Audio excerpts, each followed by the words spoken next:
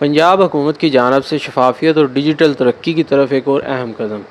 हाँ जी, रजिस्ट्री की सेल और परचेज़ में हुकूमत पंजाब ने एक और ये बड़ी अहम अपडेट कर दी है, जिससे कईयों के लिए तो आसानियाँ होगी, लेकिन कई हज़रात के लिए इसमें बड़े मसाइल पैदा होंगे। मैं आपको ये तफ़सीलन बताने लगा हूँ कि इसका तरीक़ेकार क्या है और ये उन्होंने क्या ऐड किया है कि अब इसमें क्या मसाइल आएंगे, क्या आसानियाँ आएंगी।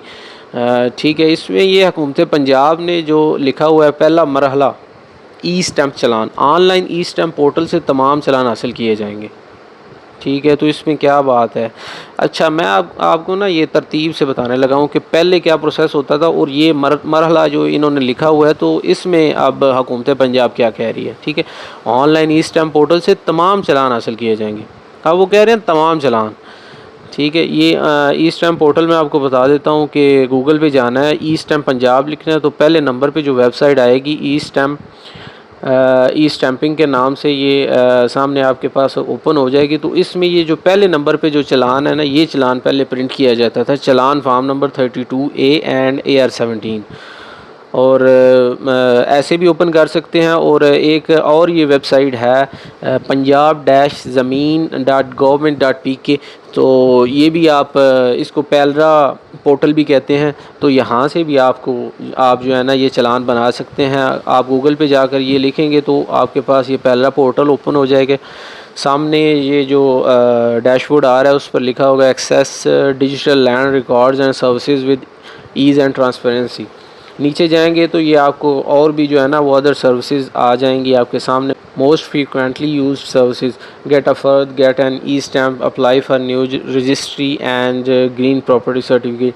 तो ये आपके सामने ये जो सारी चीज़ें आ जाएंगी। तो यहाँ से भी आप जो है ना वो चलान बना सकते हैं। ये जो यहाँ पे लिखा हुआ है गेट एन ई स्टैम्प।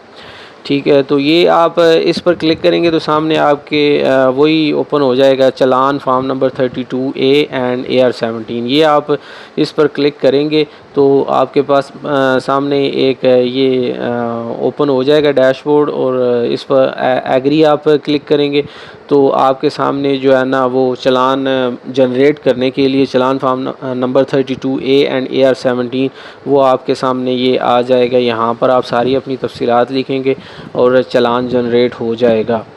ठीक है, पहले ये प्रोसेस था इसका। तो और इसमें कौन कौन से चलान जनरेट होते थे, पहले जो होते थे मैं आपको वो बताने लगा हूँ। ये आपके पास सामने जो है ना वो एक चलान आ रहा है जो जनरेट हुआ पड़ा है। इसमें ये आ गया ना चलान फार्म नंबर 32A।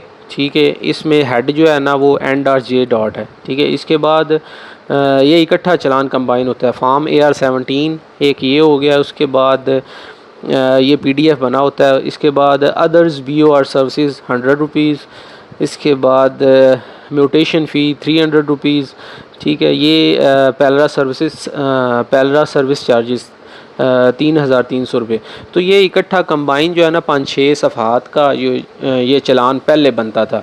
अब हुकूमत पंजाब कह रही है तमाम चलान, क्योंकि इनके अलावा भी जो चलान होते हैं FPR के चलान, 2 चलान होते हैं। ज़मीन देने वाले का अलहदा होता है, ज़मीन ख़रीदने वाले का अलहदा होता है, 236C और 236K का।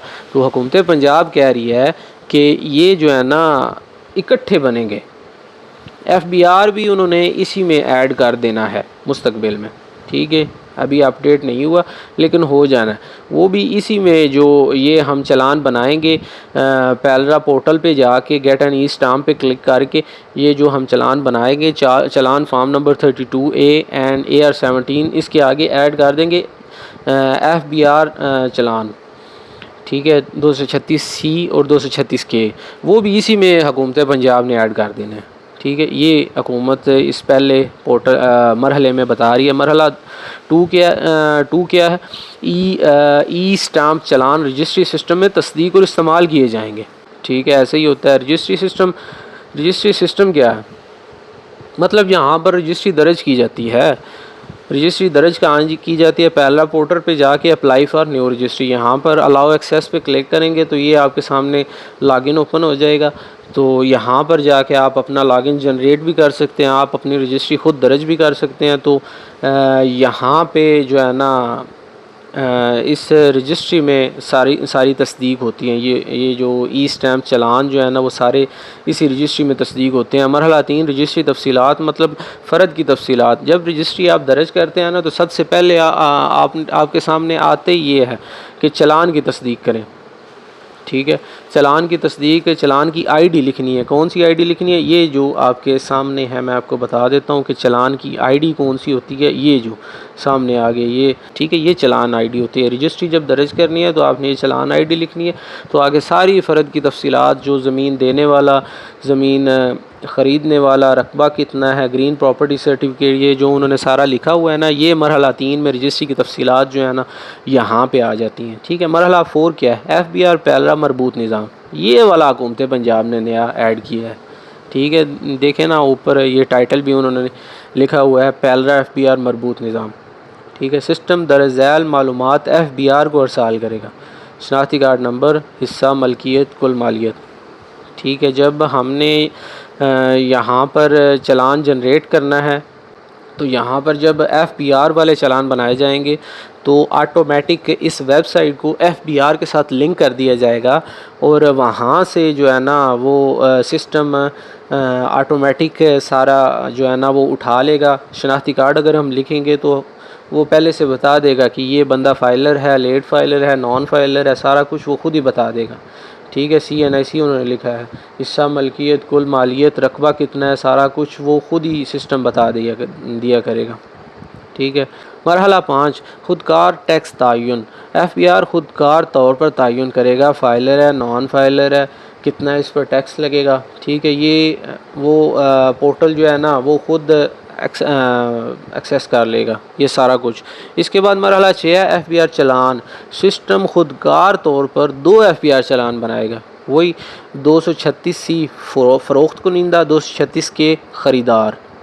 ठीक है, हुकूमत पंजाब ने ये एक नई अपडेट कर दी है तो ये बहुत से लोगों के लिए तो आसानी होगी। मतलब पहले से ही पता होता है बंदे को कि वो फाइलर है, नॉन फाइलर है। मसला उन लोगों के लिए मेरे ख़्याल में बनेगा एलीट क्लास है, मतलब जो जिनके बड़े बड़े कारोबार हैं, जो करोड़पति हैं, जो टैक्स अदा नहीं करते, मेरे ख़्याल में उनको मसला बनेगा।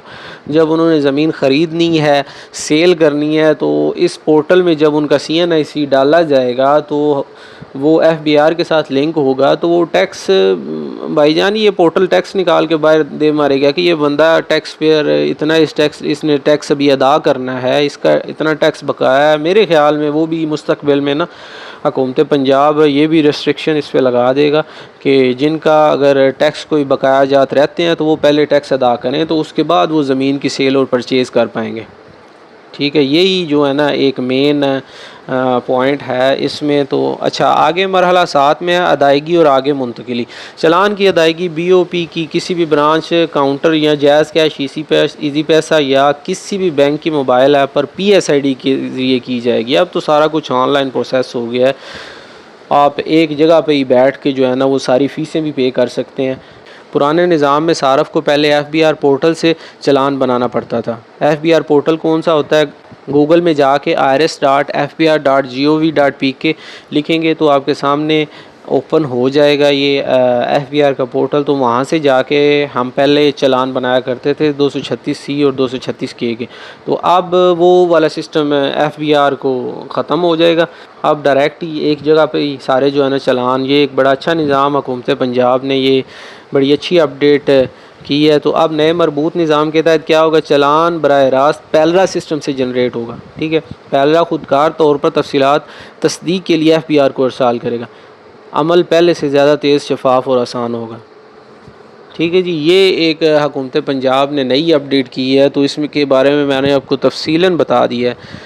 तो आइंदा के लिए नई अपडेट्स के लिए, क्योंकि डेली बेस अपडेट मेरे पास पहुंचती रहती हैं, तो जैसे ही कोई पहुंचती हैं ग्रुप में या इधर उधर से मैं सर्च करके जो है वो निकालता हूं तो मैं आपके लिए वो वीडियोस बना दिया करूंगा। तो उसके लिए मेरे चैनल को सब्सक्राइब करें, वीडियो को लाइक भी कर दिया करें यार, और सवालात जो हैं वो कमेंट्स में बताया करें ताकि नई अच्छे टॉपिक्स पर वीडियोज़ जो है ना बनाई जाएँ।